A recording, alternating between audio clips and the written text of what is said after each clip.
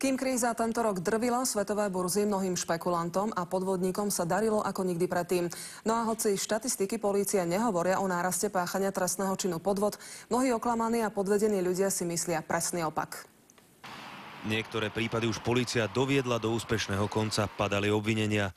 Mnohokrát je však objasňovanie podvodov komplikované. Oficiálne sme v páchaní tohto trestného činu na tom stále rovnako. Za 11 mesiacov tohto roka sme zaevidovali 3540 podvodov.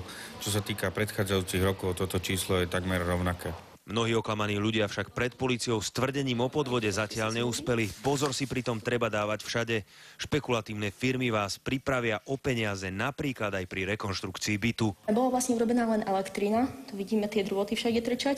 Čoraz častejšie sú aj špekulácie na internete. Rýchle zarobené peniaze zrejme lákajú aj prevádzkovateľov tohto portálu. Stovky ľudí im vraj majú zaplatiť za jednoduchú registráciu na stránke s básničkami. Poslal som im mailom výpoveď, a zatiaľ nikto od nich nereagoval. Firma hrá mŕtvého chrobáka. Mnohí nespokojní ľudia pritom strácajú trpezlivosť. S touto cestovnou kanceláriou napríklad bojujú desiatky klientov už roky. Vyčerpali pritom všetky možnosti a oslovili všetky zodpovedné úrady. Nie je aplikované európske právo a budeme žalovať ministerstvo hospodárstva. Kvôli podvodom treba byť neustále ostražitý, no a oplatí sa držať pravidla, že ak niečo vyzerá príliš reálne, neverte tomu. Marek Gudiak, televízia Markíza.